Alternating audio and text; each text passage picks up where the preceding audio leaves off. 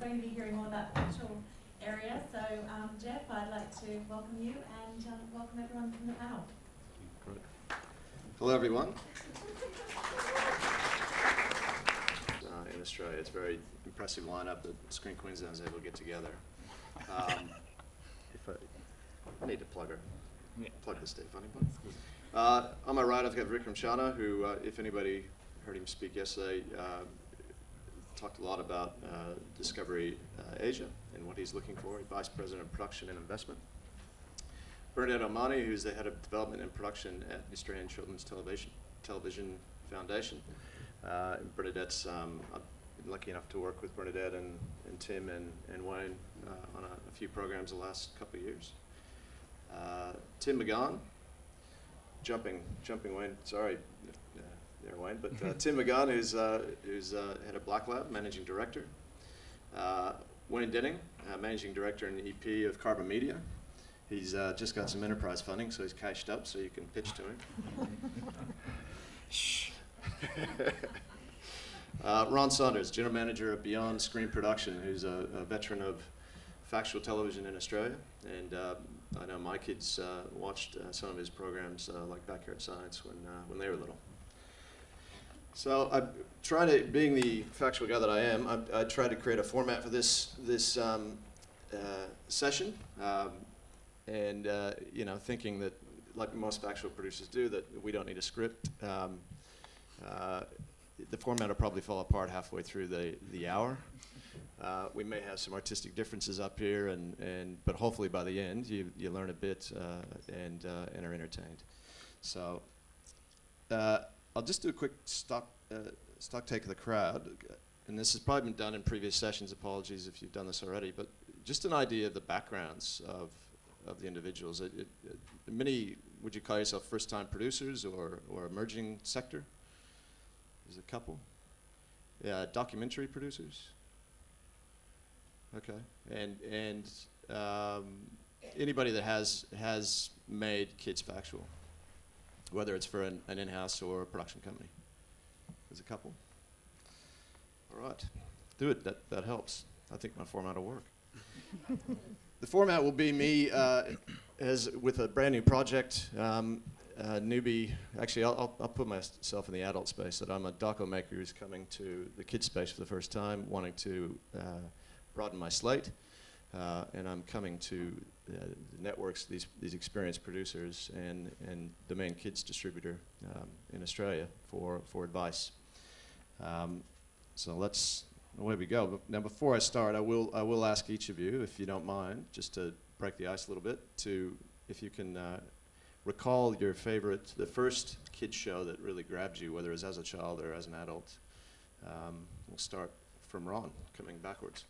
I'm glad you warned me on this. The two that I remember most were Monkey, which was a Japanese interpretation of a classic Chinese fairy story. It's like fantasy adventure. Very hokey, but fabulous. And Doctor Who, the early Doctor Who series and the most recent were just great. And that kind of fantasy adventure that I saw then very strongly influenced what I went on to do in the fictional area. Good. Tim? The first one that comes to mind is probably something like almost kids adventure drama that is, and that was The Henderson Kids. Was a show that I kind of grew up with. And yay! So and I guess from a creative perspective it's kind of that. I guess it's a sort of an Australian Goonies in a TV series or something. And it was episodic and a tremendous adventure. Yeah. Wayne? I'm still in a bit of Ron's. I remember cowering behind the couch watching Doctor Who as a kid and being terrified, but at the same time unable to take my eyes off the very tacky sort of washing machines and so forth that were being refashioned as Daleks and so forth. But Doctor Who got me for life, really. So and I've sort of grown up with that. So I love that series. Bernadette? The first ones I remember would be Adventure Island, which was an ABC studio-based show as a preschooler, and Andy Pandy, which probably most of you have never heard of, which was a UK puppet show. And Tim's mention of Henderson Kids, that was the first children's show I ever worked on. So now I feel really old. Vikram. Well, it was really quite simple. Tom and Jerry way back in the early 70s when we used to see it in movie theaters before the movies began. And I used to run little clips and stuff. And then I guess I really liked Wallace and Gromit back then. And those are the two which were the sort of first impressionable ones. Well, it's interesting because we haven't had a factual show mentioned. So Didn't exist. mine, in this, I think if Jim Valentine's in the room, he'll remember it. A show that PBS aired in the 70s called The Electric Company, where that's where Morgan Freeman first got his start. And Bill Cosby was on it. It was a skit show really, but kind of in the vein of I suppose what Horrible Histories tries to do, but in a very funky way. It was a really good show. Anyway, all right. So here I am. I've got this great project, and I'm looking to open my slate. And the first person I'm going to knock on the door of is Bernadette. She gives money out for development, I've heard. So I think Bernadette, you probably have this occur quite a bit, whether it's adult producers or newbies coming into the space. What's your dose of reality you provide for those people that are wanting to get into Kids Factual? Look, I think Kids Factual is at the moment a very level playing field. I think it's not an area that Australian producers have done to date, so it's sort of open to all, and not very many people have a lot of experience in it. So I think that's great. There's lots of new ideas out there. I'd say format is really important, and a format that's going to sustain a lot of episodes, because Factual can actually run for a very long time. It has to be low cost. They're often projects that will not be funded in the drama sense with co-producers internationally, and that's not just Australia but around the world. They're often funded domestically and then they sell internationally. So budget is something to consider from the ground up. And from a child's perspective, it's not just a case of putting a young host being very excitable into what is an adult documentary. It's got to have a clear kids format. It's got to have a sense of adventure. It's got to be aspirational, and you've got to remember it's actually storytelling. It's no different to drama. You're telling a story and you're taking the audience on a journey and a ride, and they have to enjoy it and they'll learn along the way, but it's entertainment, and it is storytelling, and they do have scripts. It's not a case of go on the road and wing it. So that'd be my first reality checks, I guess. Good. Well, Ron, I've left the meeting with Bernadette, thinking, geez, I need to get somebody who knows kids television, and is an established company with good links internationally. But what do you say to me as a person with this factual project in my hip pocket? Well, there are two questions. Who are you intending to sell it to, and what's it going to cost? Because every broadcaster's got a different, has a different set of demands, but they will ask what it's going to cost. And the idea may be great. There's no point developing if you don't have a sense of the budget constraints that you're going to have to work within. Mm-hmm. And do you want to? This might be a good time to talk about the differences in pitching to a commercial broadcaster compared to ABC. Look, there's really only one. The main difference again is cost. But all the broadcasters prefer the idea to be really good. So we're assuming that the idea is good to begin with, and it's exciting, it's got something to go. But the only reason that commercial broadcasters make children's factual material is they're required to do so by the government under the quota. They have to do a certain number of hours first run C classification a year.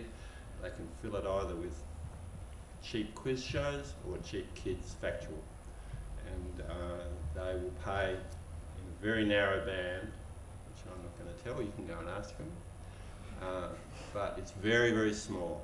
And if your show can't be made for that kind of money, they can't talk to you because they're not allowed to spend any more money than that. All three commercials have the same problem, although Channel 10 makes most of its own in-house, so they probably aren't interested in talking to you anyway.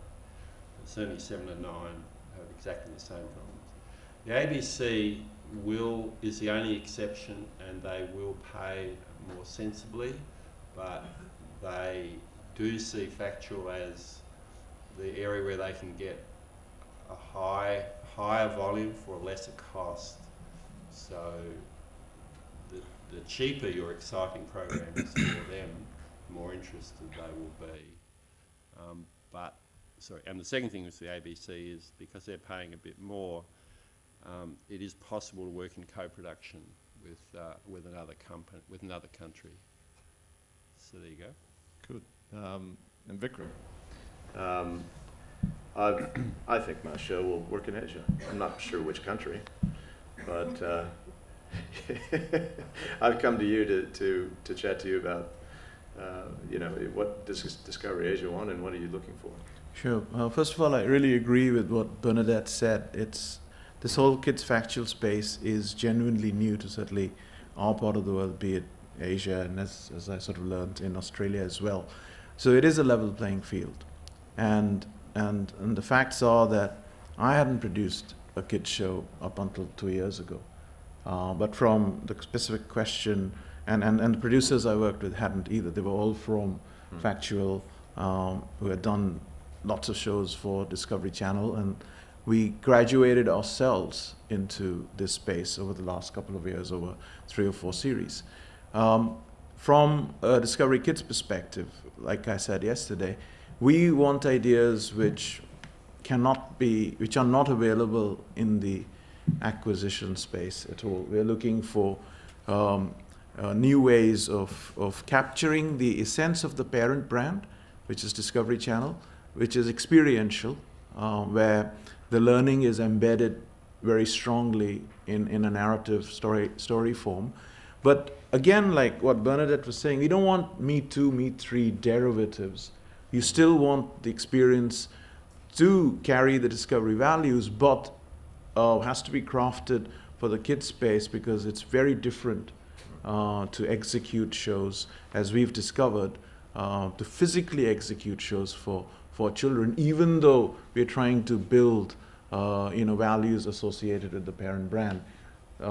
The execution and what you conceptualize, the gap is very wide, and how we want to create authentic experiences on kids and how we do it for adults, although we want the same effect, the process and how you manage that requires a lot of thinking. Good. All right, and now the 2 producers down here. I've met you guys at a SPA conference, starting to get some traction at the ABC, and I want to hear how you went with your 2 shows. So, Wayne, you've had a few that have, from game shows to interstitials with ABC and then with PBS, an interstitial series. What advice would you give to a new person trying to enter the kids space? I think we do. Well, you're approaching a project with a couple of ideas in your mind. I think at times you're looking to establish a relationship with a broadcaster, and that might come with a cost in some aspects. And essentially, can be considered a marketing exercise, and be prepared that's going to be a little bit of a struggle, but that may pay off as a long-term strategy. And we've certainly adopted that approach both with the ABC and PBS and Sesame in the US and elsewhere around the world. And so it's a lot about relationships and building strong partnerships with people like the ACTF. So I would encourage that to first-time producers. I think it's important. Being realistic about what's possible too. I think, with Australian-based content and the shows that we've done, we've done cheap, cost-effective, I should say, game shows, but that also had interstitial elements that required filming around the country, and the cost of travel and being able to tell true Australian stories is expensive, particularly if we're trying to bring our vast country's voices to the city kids and the city kids to the bush, really. We did that with Handball Heroes, as well as elements of our game shows, like I said. So the realisation that you burn a lot of money just getting around Australia to get out and tell those stories. But I think, and I've always run these arguments with people too, and thanks for the commitment of the ACTF and others and the ABC, but be able to say, look, there are voices outside the cities, and they're worth hearing, and the kids need that opportunity. So looking for other opportunities for financing and encouraging partnerships and sponsorships and talking to Qantas and other people and making those sorts of things happen and thinking quite laterally about how we can do that and get crews out and about. Qantas with Sesame Street, not with ABC, right? Yeah. Oh, well, no. But, there's other ways, government partners, elsewhere. Yeah. So there's things, and I was probably alluding to that in the previous session, there's mechanisms in which you can do that and work that out. So absolutely. So that's what I'll be encouraging. Really saying, what are you getting into the business for? What are you trying to do? And maybe your first show, you might break even. If anyone ever makes any money, that's going to come somewhere down the track. But the reality is, I'd encourage, there's reasons why you do certain things. Tim, you have a successful business in a few fields, and you've just done your first kid show. It took about 3 years to develop, from low to go. Yeah. What advice would you give that person looking for their first project? I mean, we develop stuff off spec, obviously everybody does, but my approach is slightly different, and that is that, first of all, I guess I identify an opportunity. And I'm an expert in creating content, telling stories, logistics of production, getting the most bang for buck. Distributors and broadcasters are experts in delivering that technology delivering that content to an audience.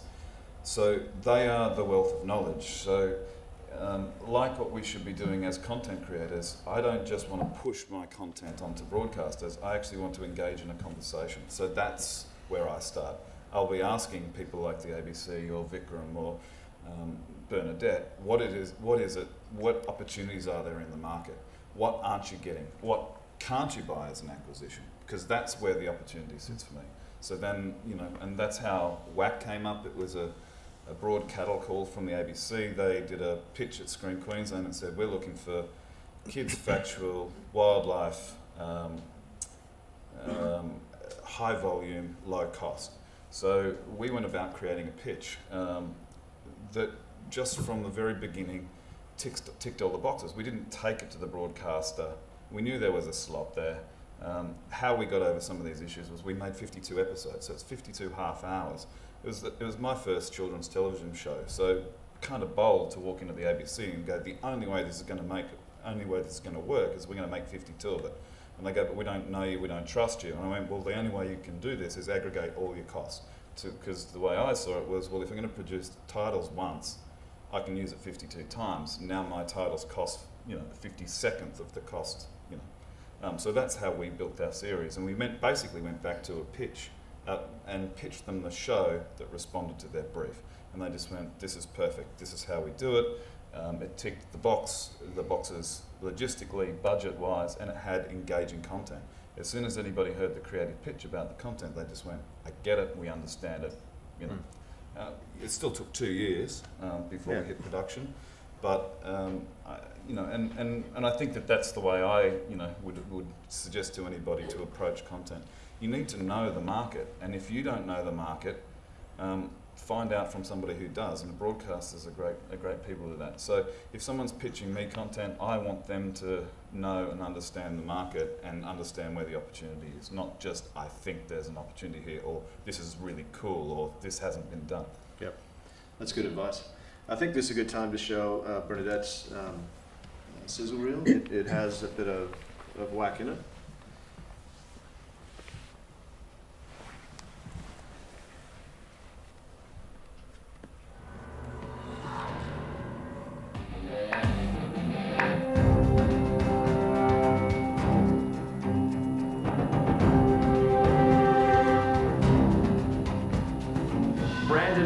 Crisscrossing Australia to track down some of our wildest animals on some seriously weird and sometimes deadly missions. I'm not sure what's coming, but no doubt Brandon has lined up some dangerous creatures for our next adventure. I'm going to be diving into great white shark, aren't I? Measuring up to 6 or more metres in length, great whites are the largest predatory fish in the sea. Whoa, look at the size of that! It's hard to describe. describe how you feel when you come face to face with a great white shark. This creature is monstrous. Ladies and gentlemen, the search has begun for Whack's strongest animal. The race is fast, who's gonna make it, break it? You can't fake it, gotta search for one, turn it upside down, find the one who'll win. It's Whack.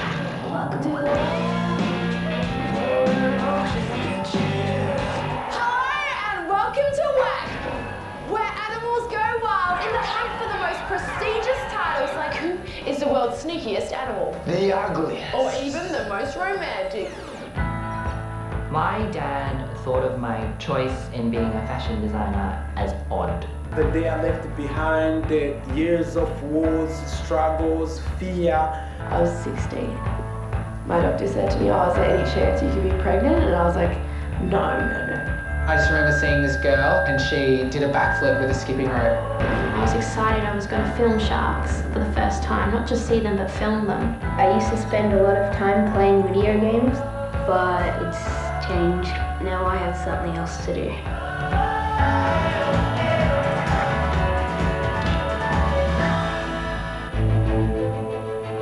Two challenges, one world, and a whole bunch of competitions you never knew existed. We're on a mission to find the wackiest competition on the planet.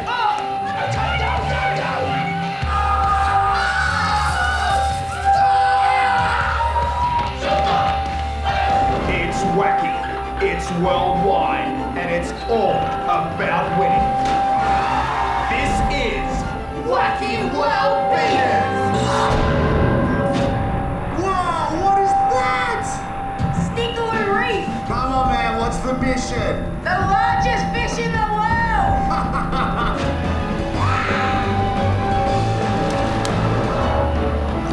We're going everywhere.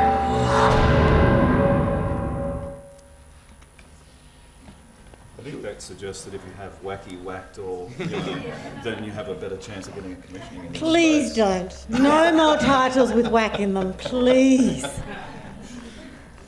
Yeah, that wasn't by design, I don't think. No, it just wasn't. how It all just happened. It's how the universe works sometimes. Yeah. So look, I mean, they're all ABC shows, obviously. They're all performing very well on the channel. And we don't have Handball Heroes there, but if we could go quickly into that, Do we have? Yeah, I think it's a show wins. that's different again. It's different again. There's a method to this We're off madness. to find the chosen ones. From a land jam-packed full of champions. A quest for the best of the greatest game of them all! Animal heroes! We're on the hunt for skilled maneuvers! Animal heroes! We're hanging out with the shakers and the movers. Animal heroes! You're coming through a town near all of you!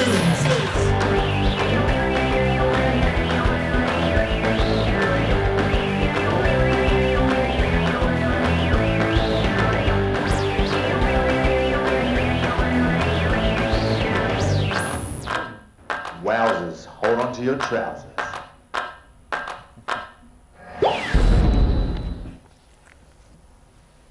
Thanks. I think what is interesting when you look at that is the differences in the variation of genre within Factual. So you've got the interstitial series, which I think it helped prove to the industry that Carbon, could deliver a really tight format, 20 episodes. And yes, it was a tight budget. Yeah, it's a tight budget, especially, we were working with, first thing about that show is it's a bit similar to My 24, which was up there in ACTF. It's kids telling their story, but in a really they're front and centre. It's not, the hosts are there to facilitate a situation, but it's kids sharing. Really, in Handball's case, was just an excuse to go and pull a common thread that connects what we thought, kids from the city to the bush, and in that show, we were actually showing quite a bit of diversity and so forth. 50% of the kids are Aboriginal, Torres Strait Islander, 50% boys and girls. Cities to the bush again. So it presented certain challenges. It was fast, pacey, fun, but at the end of the day, the kids are in the front of that, and they were sharing little important things about their lives. And hopefully, the effect was that in a 5-minute time span, the kids in the city, the kids in the bush, were actually sharing something. And look, I think from WAC's point of view, budget-wise, you wouldn't be able to get a commercial seat for that. I mean, you wouldn't. I think that ABC was the only channel in Australia. And correct me if you disagree, or if you disagree, let me know. But I don't think you could have the budget for that. It was a tight budget, but it was a lot more than what the commercials want to pay for C-Class. Yeah, look, I'm not probably the expert to speak on that. I mean, what we did with the budget, I guess though, you know, budgets are tight. We created a show that had used stock footage. That was our solution to not being able to go and shoot a whole lot of footage. So we used existing libraries and negotiated incredible deals, and then we repurposed that stock footage. And we had a whole lot of mechanisms in place that, you know, so it was a format and it was repeatable, but there was enough variety in the show. So it was just it was actually you know, out of an issue or out of a problem, we created an opportunity, I suppose. Yeah. All right, so I've got my project. I've got a sniff of interest from Deidre's found some money hidden in the wall somewhere, ABC, that marked break for emergency. And she's going to let us commission something and go into development. So I'm going back to Bernadette now. Bernadette, as a distributor, can you walk us through how you like to be involved in the development process? Look, that I guess it's not really necessarily connected with distribution from our point of view. I mean, some of those shows up there came to us like Bushwhacked really early in the piece as just a concept and applied for development funding. ABC put up development funding and we shared that cost, and we were creatively involved from the very beginning. Shows like WAC came to us further down the line. They'd had ABC development funding and came to us later in the piece. If we provide development funding, it doesn't necessarily mean we're going to be the distributor of it down the track, so they're not necessarily joined. When we look at things for development funding, we look at their market potential. We look at whether there's broadcaster interest in Australia, particularly in this genre where we know, you know, the reality is there's probably, you know, one main door and maybe two others if it's really cheap, and they actually are looking for something to replace what's currently on air because they will have one show that runs for a very long time generally. And we'll look whether it's a good idea, we'll look at the team involved, and then we'll provide some development funding. When we look at it for distribution, we look at a number of things. We're different to other distributors in that we will look at its relevance to an Australian audience. As a cultural organisation, we look at whether we think it's an important show for Australian kids to see, whether we think the audience will like it. Here, you know, we certainly look at the budget, we look at what sort of money they want from us, and then we also look at, obviously, whether we think it's going to sell internationally, and that feeds into how much money they're asking from us too. You know, there are projects like My24, which, you know, we've done because we thought it was a really important show. It got the audience on screen, it was Australian kids telling Australian stories with no hosts, it's just their voices, it uses user-generated content because they talk to their cameras on their computer, cut with interviews with them, but without hosts. You know, it's an older demographic, but we thought domestically that was a really great concept, it was a really important show. It may not sell internationally. I mean, it's had fabulous feedback internationally, and people have inquired about the format. You know, and we have got an offer for the first sale, and that's only been to market about a month ago. But whether that sells internationally actually wasn't the critical decision about whether we invested in that show. Something like Bushwhacked, certainly we looked at that and we went, you know, yes, it's great, it's got an Indigenous cast member, it's got a child showing a near adult his version of Australia. It's an adventure, it's action adventure, it's animals, which sell really well internationally. So the international market played a big part in our decision making on that one, because they want, you know, that was a fair distribution advance they were looking for. And so we looked at that from both a domestic and international point of view. And that has, you know, to date, that's been the most successful show we're distributing. That's doing really well internationally. You know, so we're a bit different to a normal commercial distributor in that we will look at both its relevance here, as well as whether we're going to recoup our money. We certainly have to be commercial and recoup our money, because otherwise it can't go back out again to somebody else. But we will do projects that we think are just, you know, really relevant and important for a domestic audience. Handball Heroes is a classic example of that. You know, that That's not going to sell internationally, sorry Wayne. And as a format, we've talked to people about that, but they're the sort of things broadcasters do in their own territory. They want to show their own kids on screen, not our kids on their screen, in short interstitials. So, but that was a show we thought was really important, getting the audience's faces on screen, because it doesn't happen very often with that age group, to get your audience actually on screen and a sense of ownership. It was also regional. So there's various things we look at when we look at them for distribution. But I presume your show will be very commercial, Geoff, and that we would love it. And you've given me a segue to Ron and Vikram. If you can talk about, you currently have just finished going through development. That's Wild but True, and in production with young faces. I think I'd rather hear from Ron. How it's been working with us might be more accurate. We're very pleased to be working with Discovery on a show called Wild but True. It's a science-based program that looks at science derived from animal behaviour, animal things in the animal world.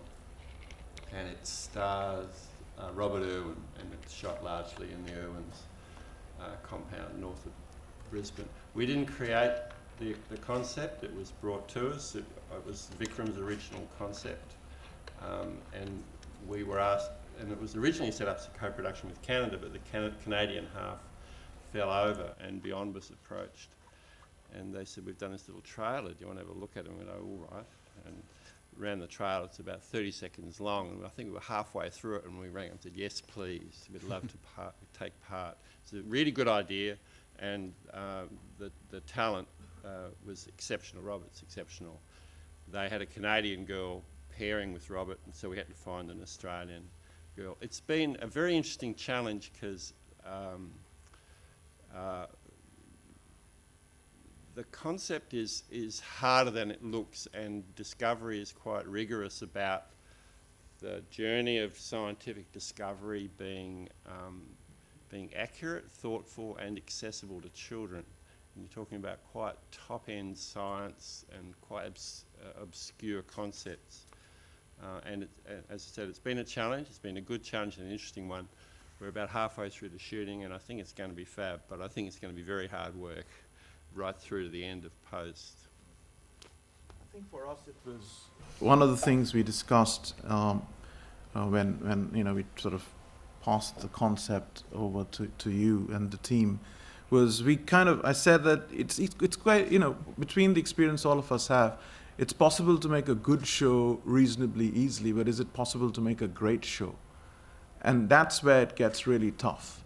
And to sort of achieve that, we spent as much time as we had, given the schedules of Rob and the family.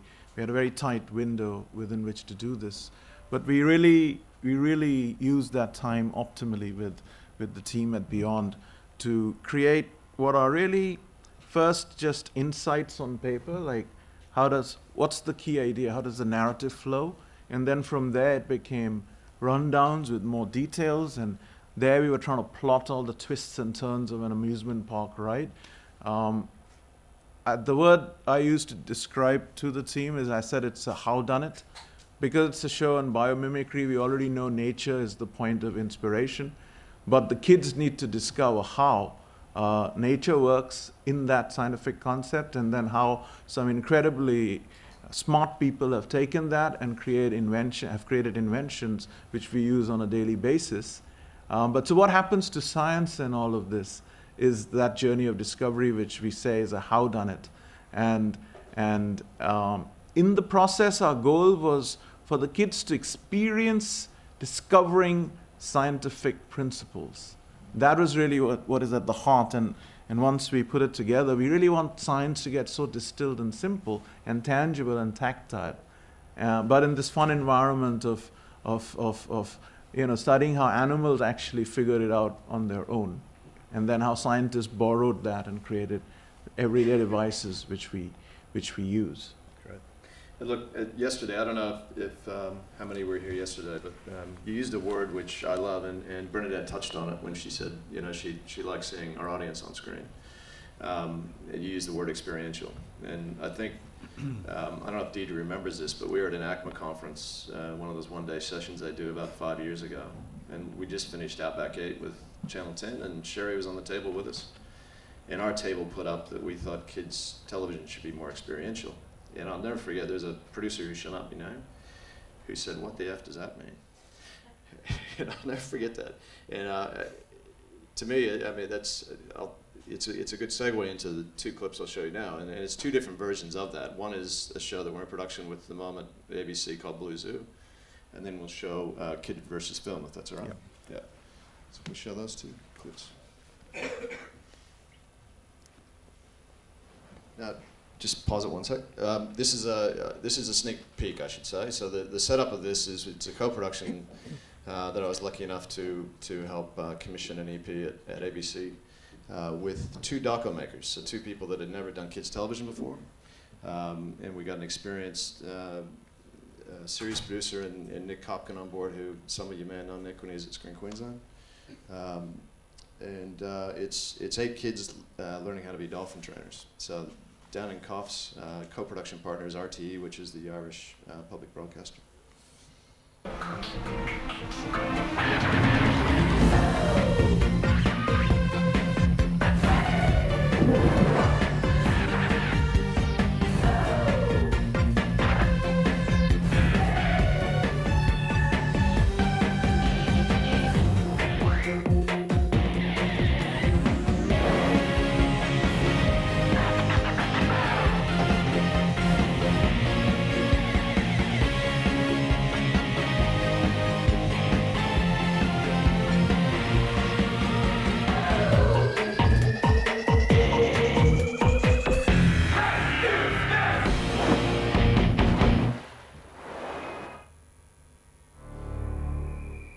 It's suddenly very real for the rookies. This is no drill. The situation is serious. Aw. She looked really sad. You could hear her crying. And she had like big claw scars on her head. It looked like she'd been attacked. The injured young female is so exhausted, she needs to be taken out of the mangroves to somewhere safe to be stabilized and assessed. Got a head? Yeah, I've got a head. Okay. Yep. Side jump. Bailey jump on the corner here. Not yet, maybe. We're going to wait for one to have the count. And 3, 2, 1. Yeah, can we wait on 3?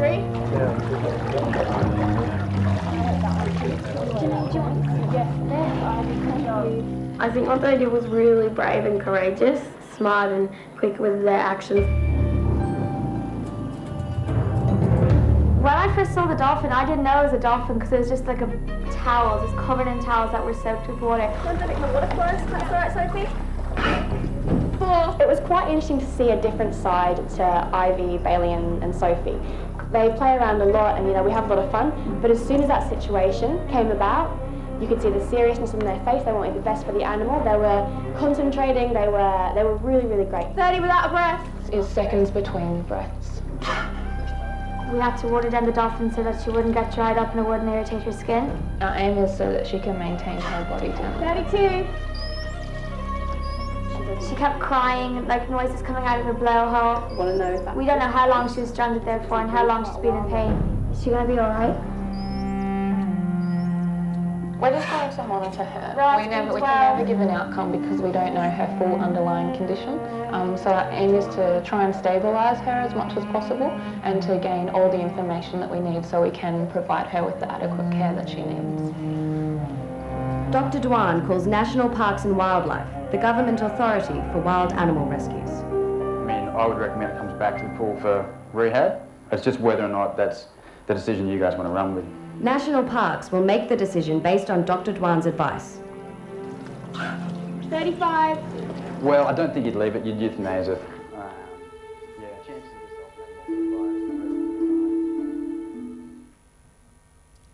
So that's real quick. Dean Kropp and Sally Browning, who Sally used to work at Screen Australia as an investment manager. Very clever in putting together a finance plan that shows possible. And you know, we're lucky enough, like I said, to get a co-production partner. Otherwise, there's no way that show can be made. And also, you would have, I don't know if you noticed, a little bit of private investment as well from David Atkins, who's entertainment entertainment personality and producer. So that's one style of kids experiential where you're putting them in a real life situation. The producer had access to a park that is, nobody else could get, and we're smart enough to be able to put together a finance plan and we could go into production. Now, Vikram's show is another type of way to format experiential for the kids. Do you want to play it from a little further down?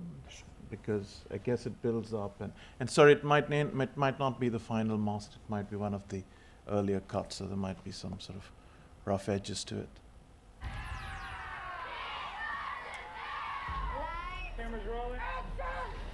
Do you want to be a Discovery Channel filmmaker? Yes, son. Go ahead. Be a host in your own documentary. Then this is the show to uncover tomorrow's top talent. Watch it. Armed with their own professional TV crew.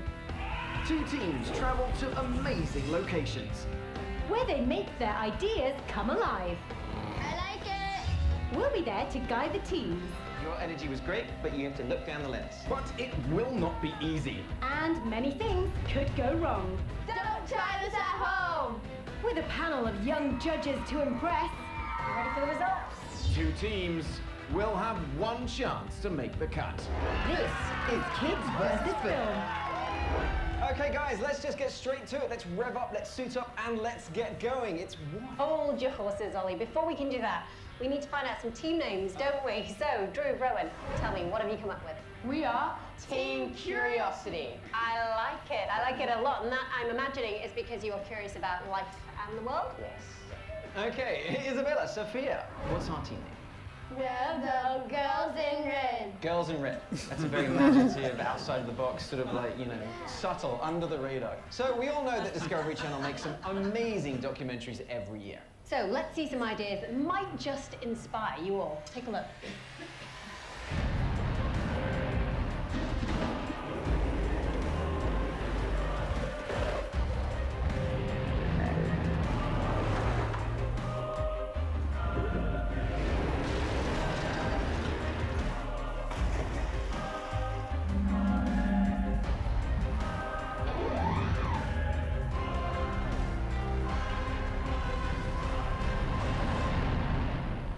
Very cool video. No pressure, guys, but we're needing you to do that now. You feeling confident about that?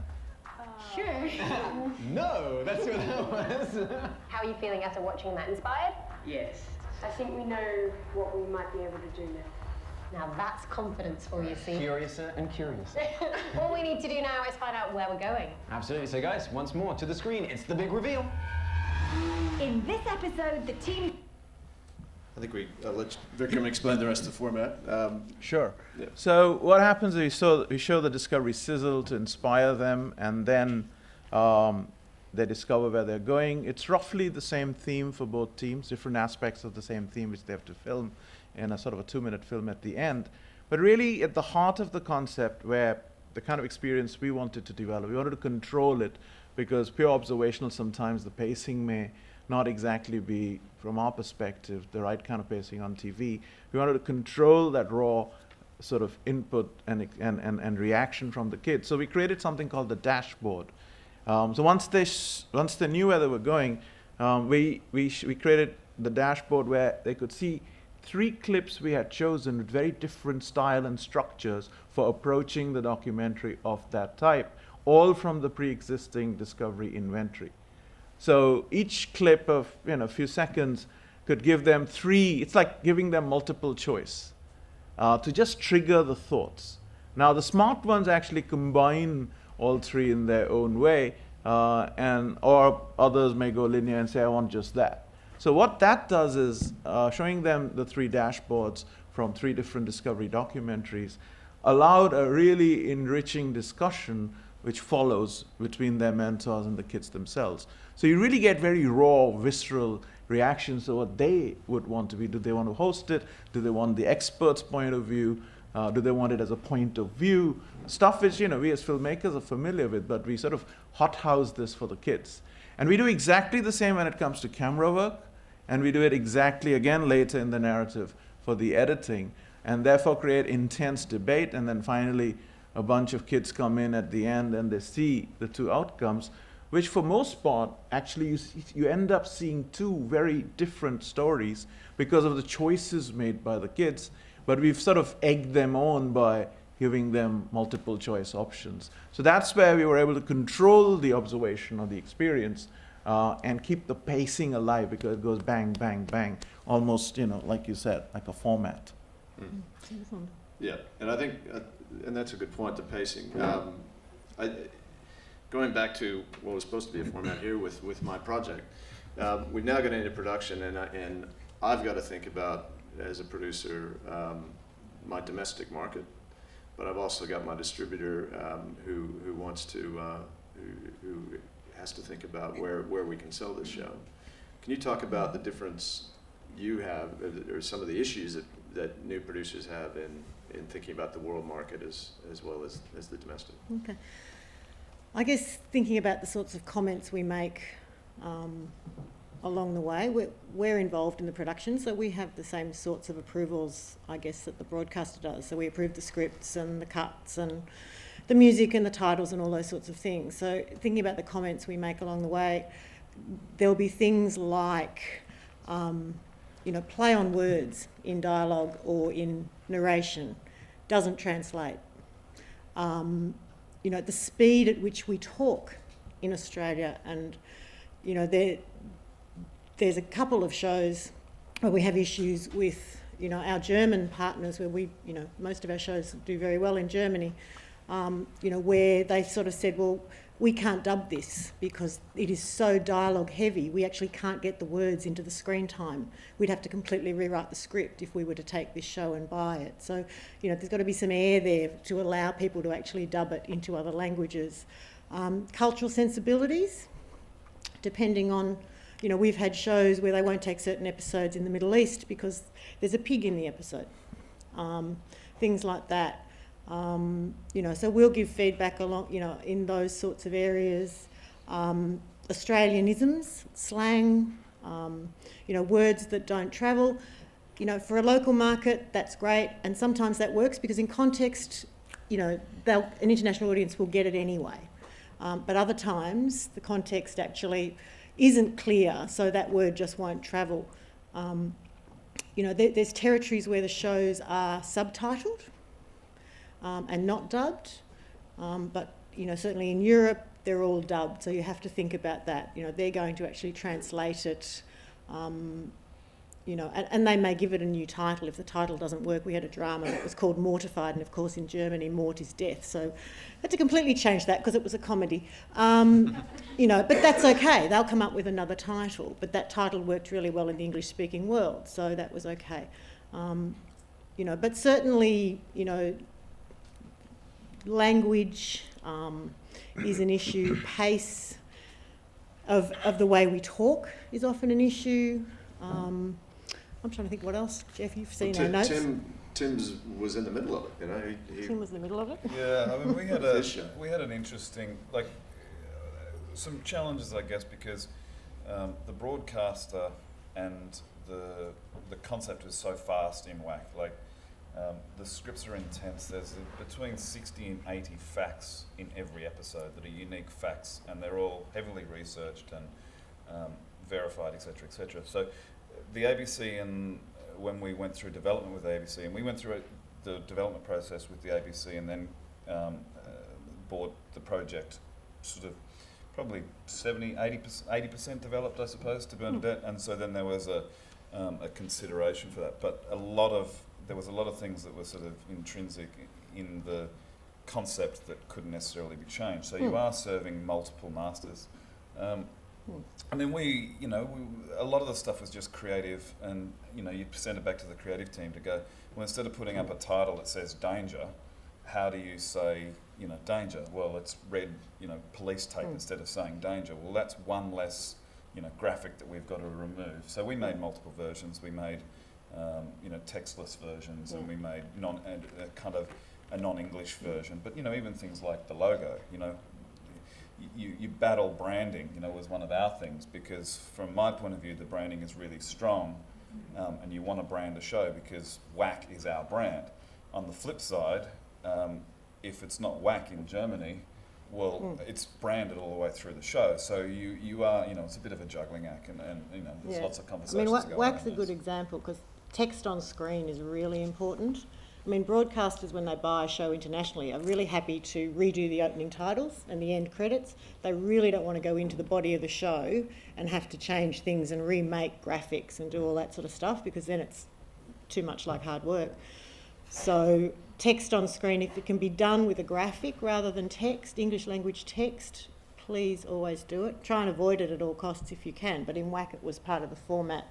And the other thing hostings as well is probably important, because someone like the ABC or any network, I guess, want to have their personalities. There's a drive towards having presenters, if you're going to have a presenter-led show, that have some association with the network. So, the perfect format's an animation that doesn't have hostings and you can redub into any language. Unfortunately, in this factual space, you can't always create those sort of shows. Ron, much of your catalogue has been built with an international door in mind. Look, it's interesting, and one thing I was going to add to what has been said already is that working in co-production from the beginning tends to solve all these problems from the beginning, because you're forced into it. That's not always available, but the experience of doing a co-production or a couple of co-productions on the line really sensitises you to all these issues, and you still forget that, we've branded the show, in the background of the set, it's got the title of the show, and strip it off, reshoot the first 3 episodes. So to get the most successful show that we ever did in terms of international sales was developed from the beginning as a co-production with Germany, and it was Backyard Science, which is, I don't think it's the most creatively innovative kind of show that we ever made. It's basically a series of short experiments, literally with kids doing the experiment in their backyard. But it was designed from the very beginning that it would be very easy to translate into other languages. That meant the kids couldn't speak, because we had different kids all the way through the series. We had a lot of different faces, we had a whole lot of different ethnicities, and boys and girls. And that meant if it was going to be dubbed, they had to get 1,000 kids into the studio, and we got it just hopeless. So we did this slightly hokey voice-over track where you see the kids doing stuff, but they're kind of talking, but it's kind of the thoughts, what you're seeing. And it looks odd to an adult. You get used to it pretty quickly. It gets odd to an adult, but the kids just liked it. In Australia and overseas, immediately it's went, yes, that's fine. The experiment's great.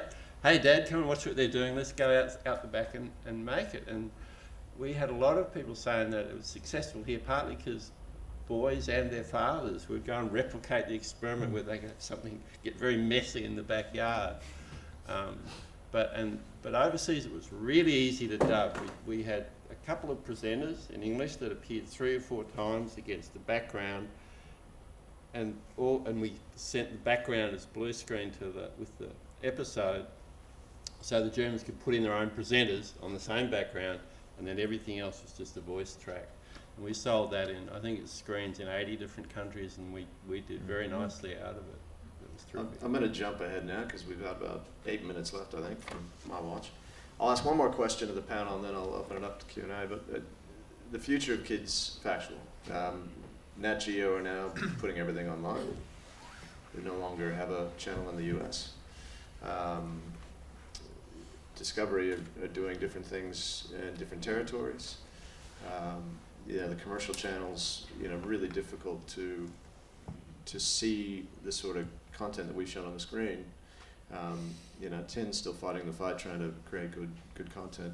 Not that the other content is bad, don't get me wrong, but it's trying to create something that has a real quality about it, that kids want to make that their own show. What do you see as the future as budgets diminish and windows diminish as funding goes? And I'll open it to Vikram, and if you can talk briefly, each of you just have your thought on that.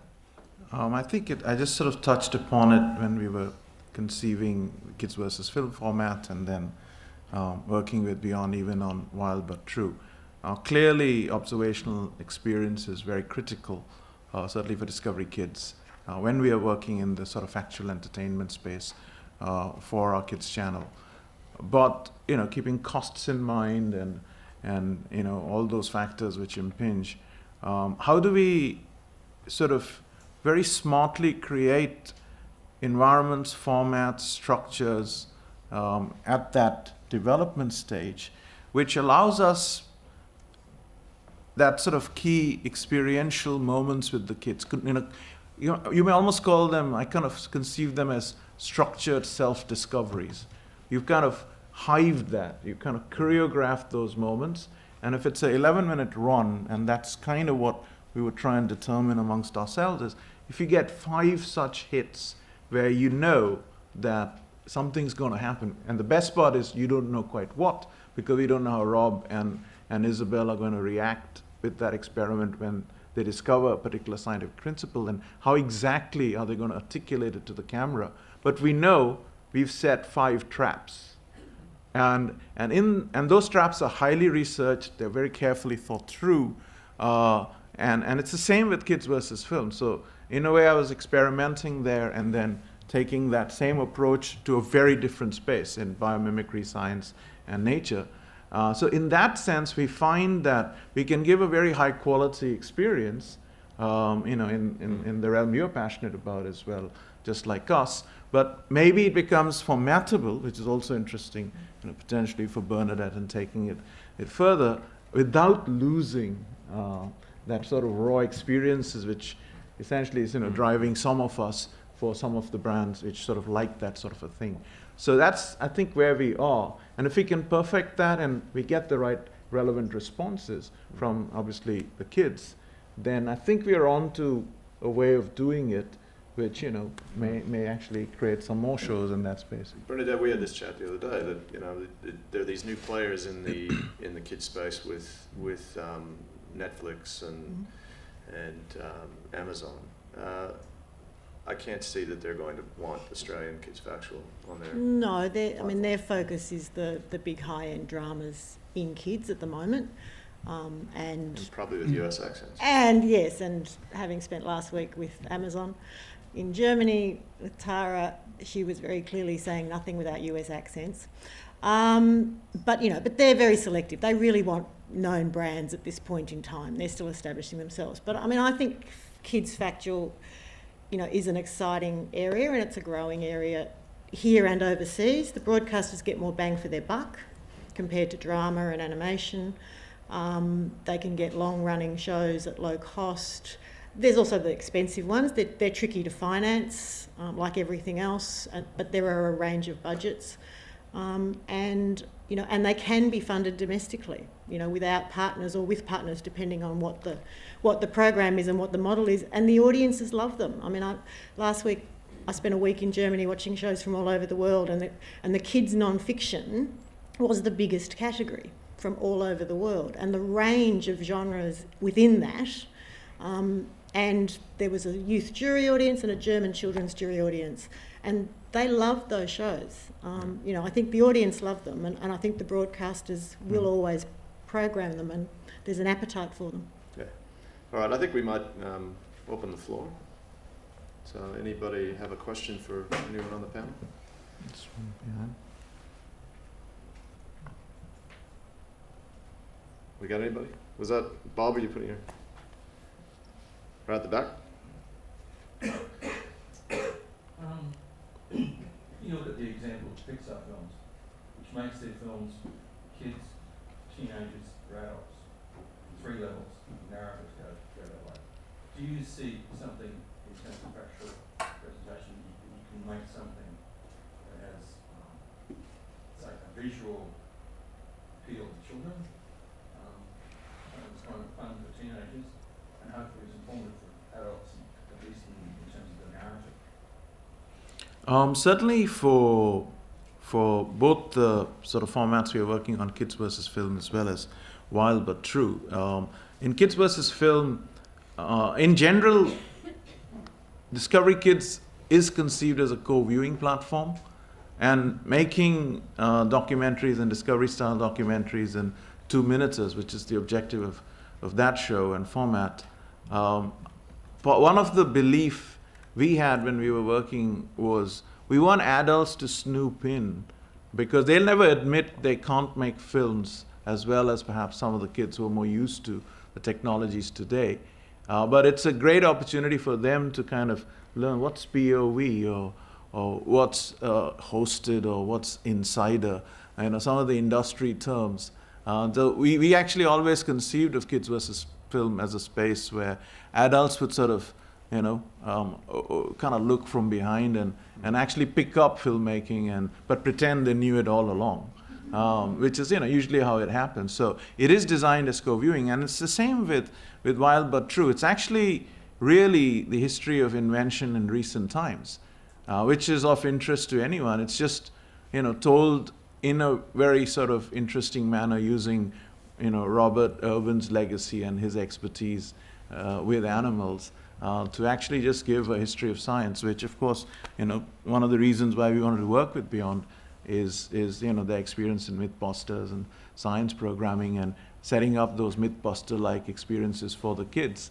So in both instances, we are genuinely looking for certainly the parents and the extended family to watch the shows. And I think that the remit of most broadcasters is the children's audience first, but the second to have a secondary co-viewing, or in Scope's case, when we were 10, we had the education market in mind.